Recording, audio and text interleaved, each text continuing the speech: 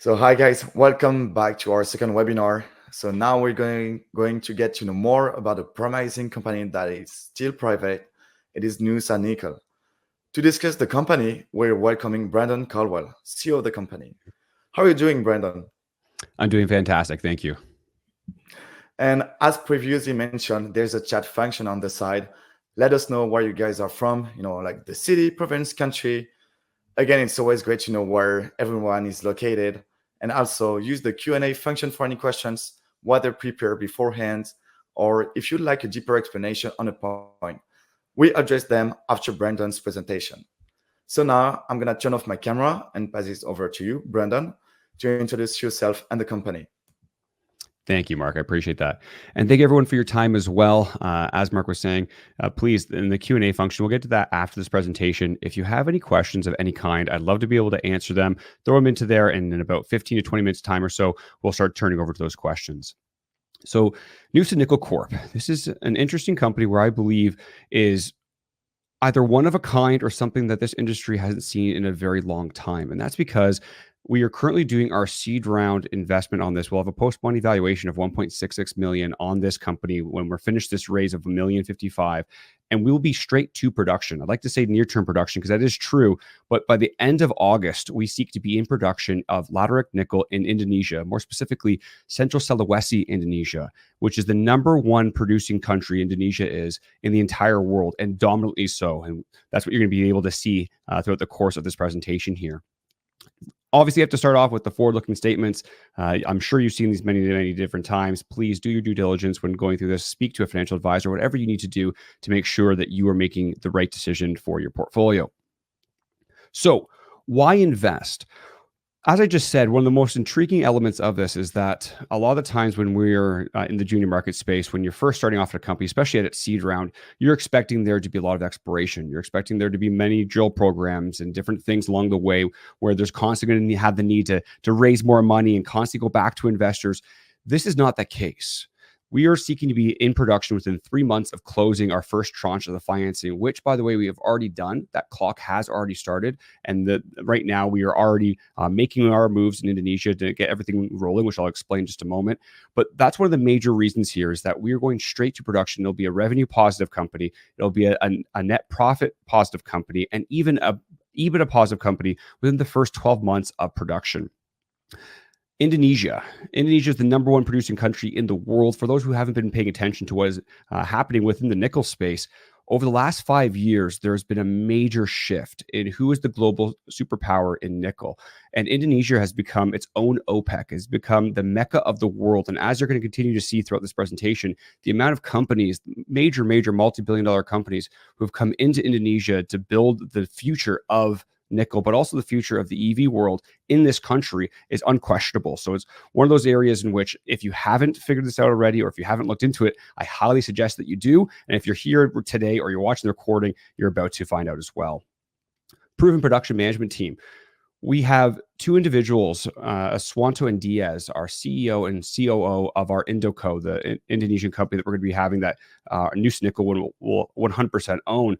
They have already been doing this for the last 5 years. They have not only been the traders in this space where they work with the producers and the smelters afterwards, they've also started from scratch on their own property. So they have been on this property before. They understand it. They've taken it into production, and now they're seeking to be a part of a Canadian company having access to Canadian capital markets so that they can obviously have that value creation that a lot of us are looking for as investors. And that's where they're looking to be a part of our company and to see this tremendous growth and have access to capital, which they don't necessarily have in Indonesia. Plans to greatly scale production. All the numbers I'm going to be saying today are based off of our pilot program. Everything that we're doing is for risk mitigation. It's to ensure that we enter Indonesia with the most risk mitigation possible while still being able to provide a good return for our investors. But our plan to scale, and our plan to scale greatly, is going to be able to happen very quickly over the next 2 years, which again, I'm going to go into for all the investors watching this. But all these numbers are based off of our first 10-hectare property and our first pilot program, which is going to be our first parcel of land. And then finally, a planned dividend to profit share. As an investor in the market in the junior space, I love the exploration plays. I love the excitement of them. I love the blue sky of them. But as I said earlier, one of the risks that you have with that is that you don't always know if that deposit is going to go into production. You don't always know, is it going to be able to generate revenue? And also, you're not always rewarded for holding the company as well. That's one thing that we seek to change with Nusa Nickel. We want to make sure that this is a company built on a foundation of actual revenue, built on a foundation of actual profit. And with the EBITDA that we're going to be having from this project, we want to be able to profit share to our investors as well. We would like to do that within the first 12 months of production, which is about 15 months within the next year and a half. And as a private company, that is one of our major goals. Now, I'm going to go through this systematically. I know there's a lot of investors here. Some of them may be rather new to investing in the mining space, so I might be saying some things and it might sound like geologinese, where you're wondering if something I said was English or not. Whereas there's also investors in here who have been doing this for decades, and you might be asking yourself, okay, I understand this. Everyone should know this. But this presentation is for a lot of different people and a wide range of investors. So please, by all means, whether it be in the Q&A section in this webinar itself or afterwards, you're going to have my phone number and my email. Please reach out to me if you have any questions of any kind. But I'd like to start off with the case for nickel. Right now, people understand nickel for being for the EV industry, and rightfully so. Nickel is used in many, many different types of in EVs and is absolutely a critical component if we want to have a world with EVs. Now, a lot of people are looking at the EV market, especially within North America, and they're seeing a slowdown in North America. And that is happening. There's a lot of different things that North America needs to figure out, and even all of the West. But what many people forget is that Asia is an entirely different market. And our company will be servicing the Asia market at first. I'll explain why at first and what we'd like to do as we continue to grow. And that market has absolutely been booming. The amount of growth that is occurring and has occurred over the next few years, nickel will continue to be in strong demand for the EV industry. Something that's also interesting as well is a lot of people talk about hydrogen cars. And I was looking into this recently with a few people in my network, and even hydrogen cars, if we are going to start going down that road in the coming years, are heavily reliant on nickel as well. So again, within the vehicle industry, nickel is going to be needed. But also when you start looking over at some of these other areas of where nickel is used, more specifically in stainless steel via pig iron nickel, is an absolutely massive industry.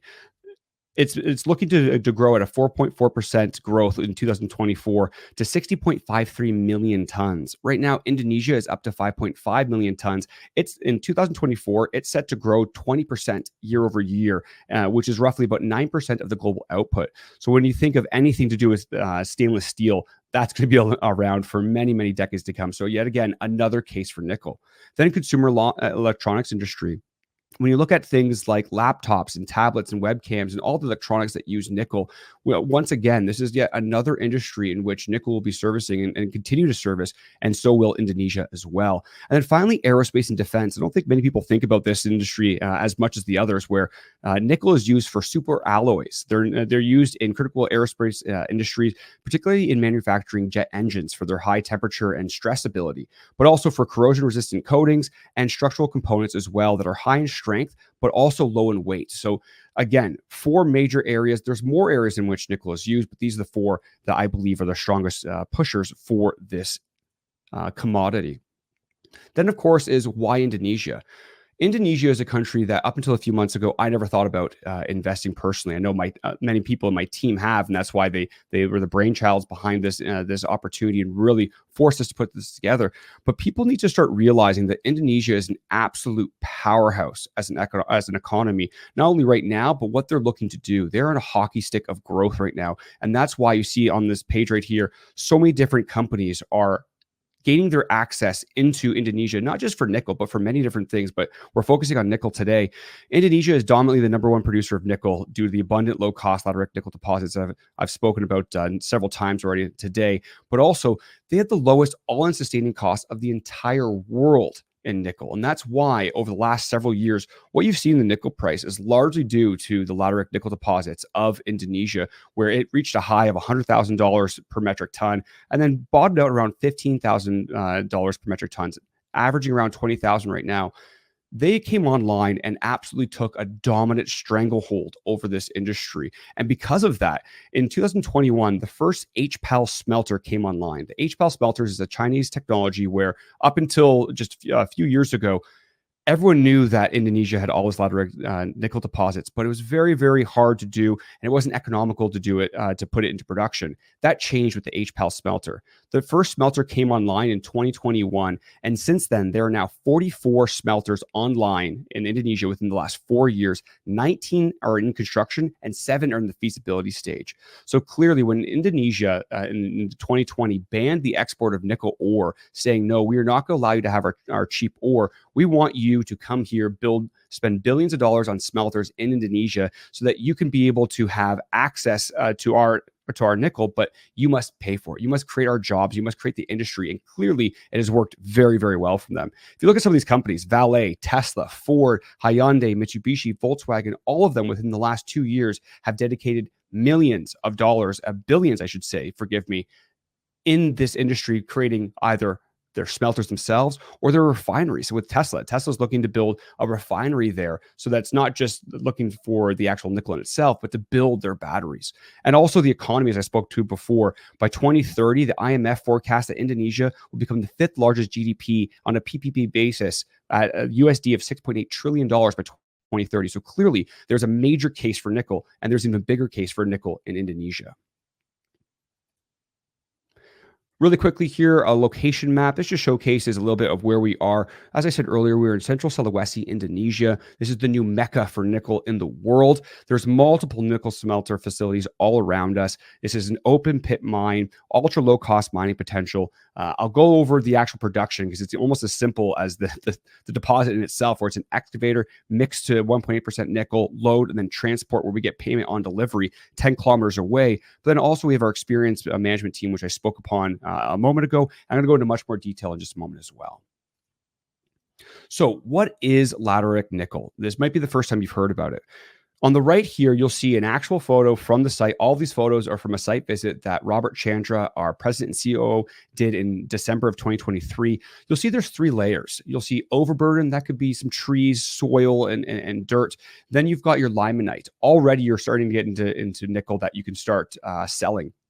The limonite is 1.2 to 1.7% nickel. And then the saprolite, that's the largest part. That's from anywhere from 2 meters to 28 meters. That goes from 1.8% nickel all the way up to 4%. It's usually about 2.2, but in a JORC that was done, which is the Australian equivalent of a 43101, that was done right beside the property in which we're looking to get a parcel of land, they found that there was up to 4% nickel in this ground. And so as you can see, it's as simple as using an excavator to access it.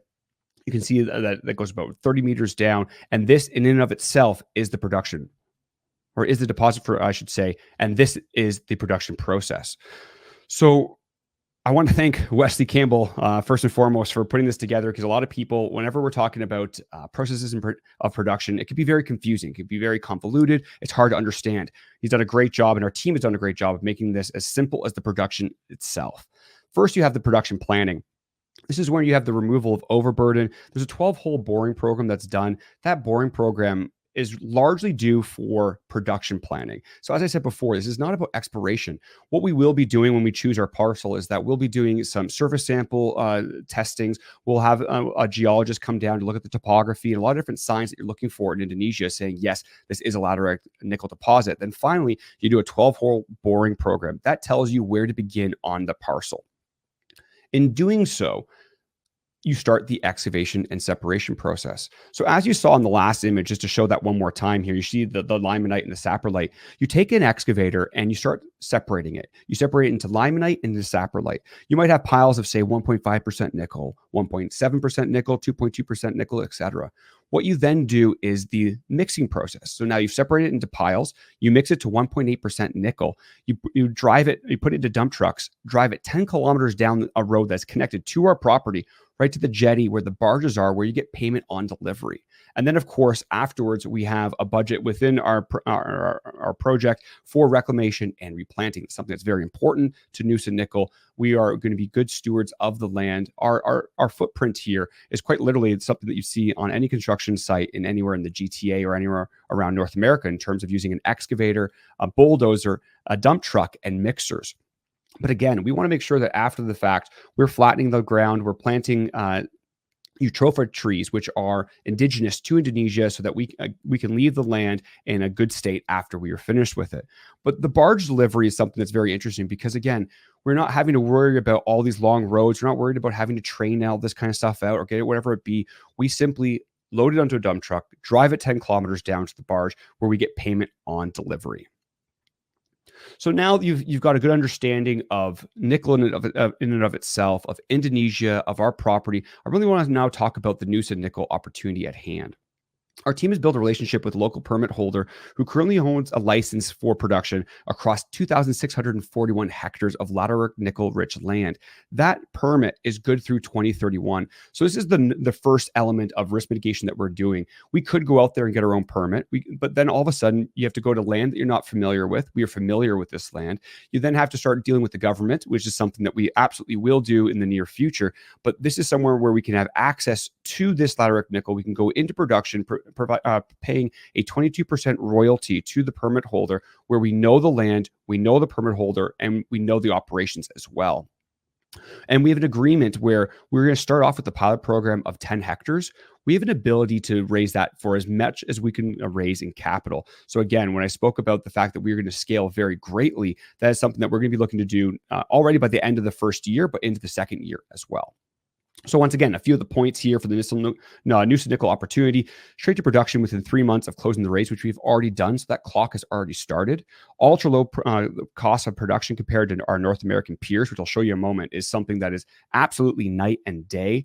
Experienced production management team who has been in production, and not even that, the permit holder, our CEO, Swanto, is actually friends with the permit holder. He's worked alongside him in the past. So we have a very good relationship with this permit holder, but also he's worked this land before. He started from scratch. He had a much smaller operation. And in his conversations with Robert Chandra, our president and CEO, our COO, they were wanting to be a part of Nusa Nickel so they can have access to capital, grow at an exponential rate, but also be a part of something where now they can go on a Canadian stock exchange and they can have that value creation that, again, all of us are looking for here today. Our buyer of our nickel ore is 10 kilometers down the road. What happens is, instead of going straight to the smelter, this is another risk mitigation element that we've put into this plan. We could go straight to the smelter. They'd give you a few extra dollars per metric ton, but they're net 45. And you'd have to start dealing with that relationship with the smelter. And there's a whole other element of operations of at the barge, having to run all the dump trucks, having to run the barge itself and all those different elements. Instead, we're selling to a trader. So we get 10% of our payment of that barge immediately, as soon as we pay for them, as soon as that barge arrives. Then we get 40% of the cost or the revenue that we would have from that barge. We would have that within half of the barge being full.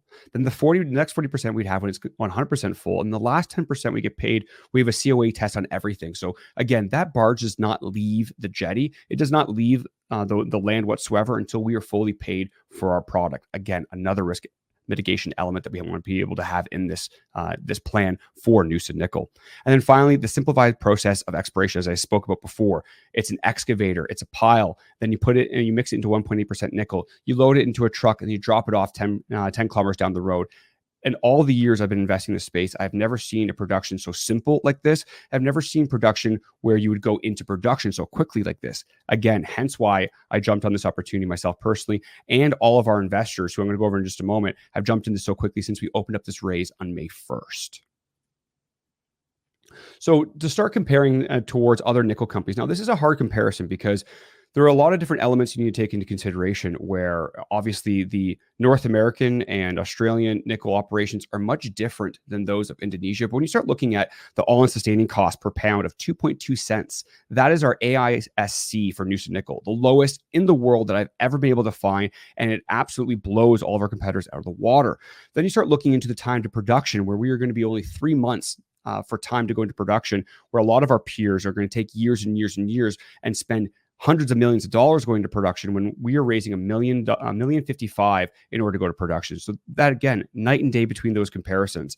Our payback period is 9.5 months compared to many years of a lot of our peers. But the biggest difference, I believe, is the valuation. Our post-money valuation is going to be $1.66 million. We did this purposely.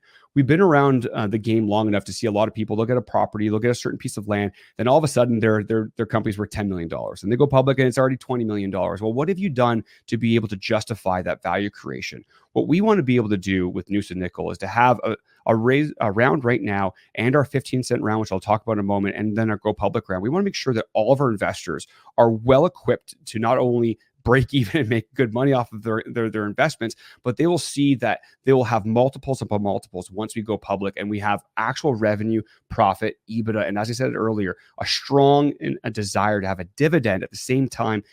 This is what's going to make our company stand out. And this is why I'm so confident in the current round that we're doing right now for investors who are watching this and for investors who are watching this after the conference as well. Financial modeling. This is very important to understand. Okay, I've talked a lot about revenue. Well, what does that actually look like? Within the first 12 months of production, we're going to be doing $10.8 million in projected revenue, $1.5 million in net profit, and then $1.287 million in net EBITDA.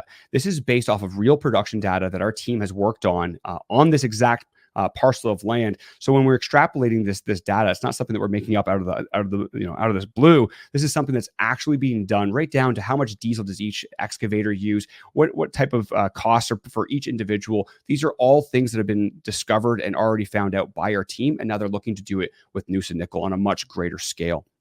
Then if you start looking into the revenue and EBITDA over years 1, 2, and 3, we're currently doing a round at a 5-cent seed round with a 10-cent full warrant. At the end of this year, we're going to be looking to raise at 15 cents. So all those individuals will already be up 3 times their money on the original private placement, but also another multiple with their warrants being in the money by 5 cents as well. We're doing that because we want to expand quickly. In the first year, we're on the 1 parcel of land. By the second year, we seek to have 2 parcels of land or 3 parcels of land, forgive me. And then by the third year, having 5 parcels of land. And as you can see, the revenue and the EBITDA growth that over these years can be tremendous, especially when you take into account that 22% of our revenue is paid towards our permit holder. Again, that's a risk mitigation element. We believe that within the second year, we have the connections already in Indonesia through Robert and the rest of our team that we can then go to get our own permits. That 22% of that royalty fee will go right to our bottom line. But then also, we believe with Swanto and Diaz, who I'm going to speak about in just a moment, our CEO and COO, they were already traders within this space. They understand that market very, very well. So instead of selling straight to the trader, we will be selling straight to the smelters themselves. So you get multiple dollars per metric ton extra by doing that. So although these projections are looking at what it's like if we were to increase our production, I believe these numbers will be much stronger, even more so as we start going into our own permit and we start selling to our own smelter and a few other things that I'd like to speak about at a future time as well. And then also the price sensitivity model. A lot of people are asking, okay, well, what if the price of nickel goes up and what if it goes down? All these numbers are based off of the price right now in USD. Everything else is Canadian. The price of $38.73. That is what all of our production numbers are based on right now. The worst case scenario, at 35.62, which is over the last 5 years that Indonesia has been providing a price for its lateritic nickel, and when nickel dropped to the lowest price it's been in many, many years at 15,000 metric tons on the LME, the price that Indonesia was giving was $35.62. Even at the lowest price, which at that point, 75% of the world's mines would be uneconomical, we are a part of that 25%. We would still have a positive EBITDA of $786,000. But the real blue sky starts happening here when you start looking at it. Okay, well, what happens if we start having a reversion back to the average price of last year, which was $51.43? We've already done that. In June, the price that they gave in June was $42.15. Right here, we have a 25% reversion to that average of $51.43. That would be $1.8 million, so an extra $500,000 in EBITDA. That's even higher right now because it's $42.15. We did not change these numbers because we want to see what that progression looks like going into August for when we go into production. But you can see how quickly this can start growing, even with the same production numbers, just by the price of nickel going up. then if there was a 50% reversion, you would see $2.3 million in positive EBITDA. So again, you can see a lot of growth occurring, not only in our ability to scale up our production, but also as the price of nickel begins to rebound, which we have been seeing all year as well. So the raise. Right now, we have our seed round raise. We opened this up on May 1st of this year. Within the first 3 weeks, we already had raised about $750,000. So we had a very, very quick opening to this raise, hence why we've already closed our first tranche, about $500,000 in cash, while the rest of the money is still coming in within the next couple of weeks. So we've already begun that timeline for going into production. We have about $200,000 left in which we're looking to raise. So for anybody who's watching this right now, I'd love to be able to answer questions coming up here, but also I'm always available for a call. I'm always available through email. I'd love to be able to speak to you a little bit more. The use of proceeds here is the down payment on the royalty of $228,000. The reason that there's a down payment on the royalty is because the permit holder, when this first started exploding a few years ago, there was a lot of contracts that were signed. There wasn't a down payment, and then all of a sudden, all that land is now in contract that you can't go back on, but people aren't actually in production. So this is an incentive to ensure that if you are signing with this permit holder, you will go into production. Production planning, which is the boring program I spoke about, some working capital, and G&A as well. We're looking to raise $1,055,000. Our founder shares, the raising cap structure is down below. Founder shares are 10.7 million. Those are all with founders. Those are all people who are going to be on SEDE. So those are in strong hands. And quite frankly, if any of those sales are ever occurring, it would go on to SEDE. That it's not something that you're going to see from our team. So those are in very, very strong hands. The raise itself is at 5 cents. The warrant is at 10 cents for a 3-year period. The number of shares outstanding afterwards is going to be looking at about 33,270,000. The finder's fee shares, a lot of this has been raised through our directors who are not getting finder's fee. So I do not believe that number of added shares is going to be that high, but we put it there just in case. So we're looking at a post-money valuation of 1.66 million. And with that post-money valuation, again, we're looking to be able to do $10.8 million in revenue, $1.5 million in net operating profit, and $1.27 million in positive EBITDA. The roadmap looking for, you can come back to this deck at any time. This is just showing some of the things that we are looking to do, like our incorporating our Indonesian subsidiary, which we've already done, our land parcel selection, which we're already in the beginning processes of, and our boring of production planning, all within Q2. We are on pace to be able to do all of those things.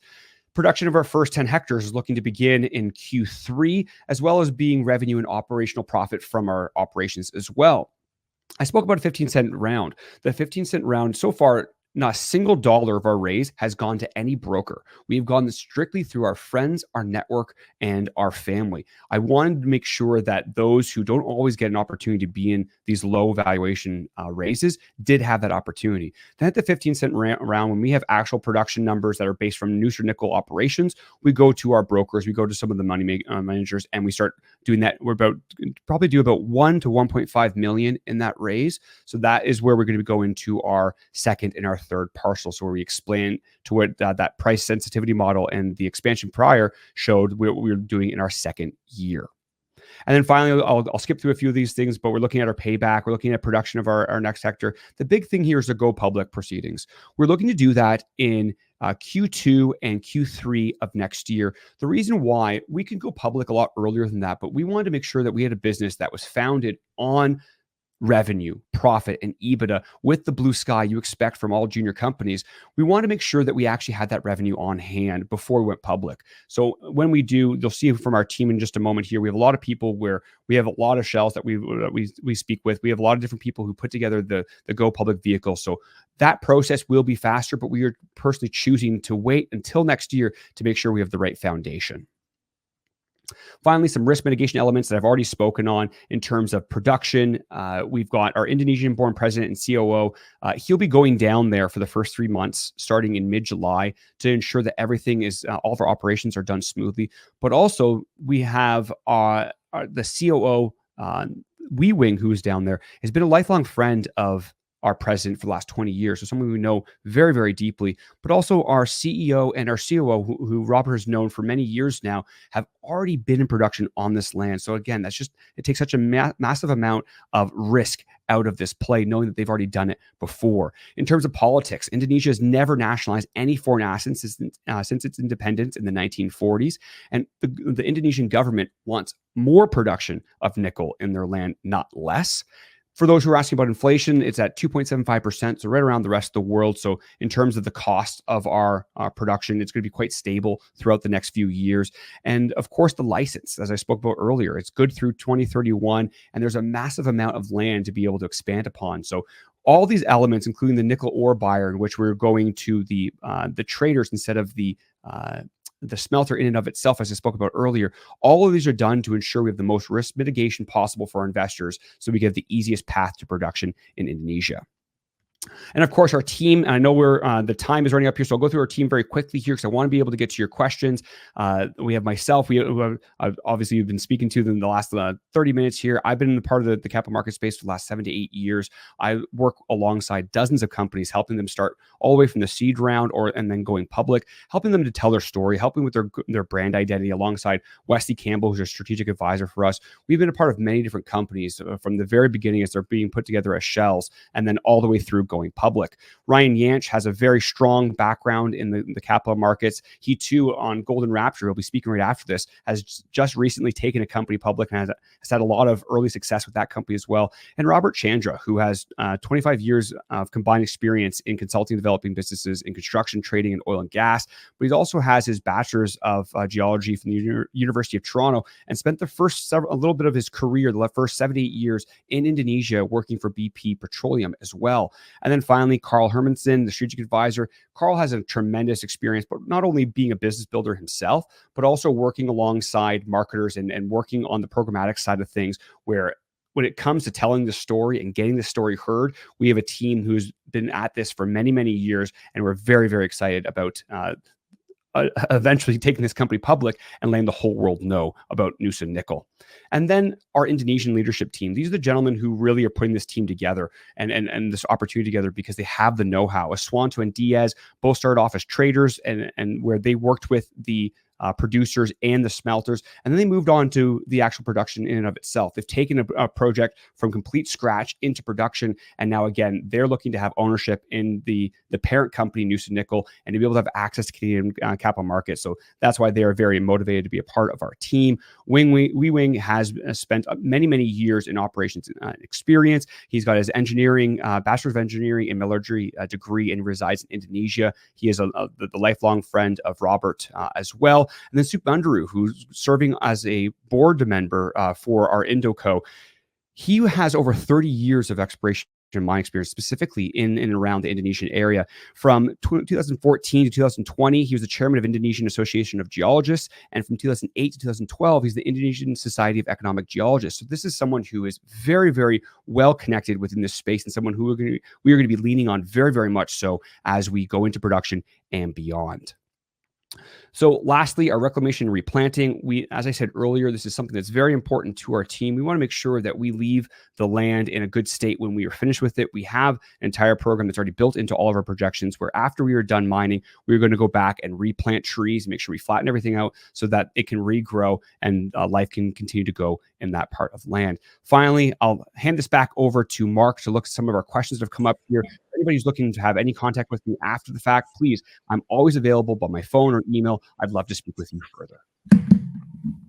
Well, thanks a lot for this very detailed and informative presentation. So time is running low, but we still have time for a few questions. So there's an interesting question about Indonesia, about the jurisdiction. Mm-hmm. Somebody is asking if there's any risk about the jurisdiction there. There's always risk. If I was to tell you that there's no risk of the jurisdiction, I'd be lying to you.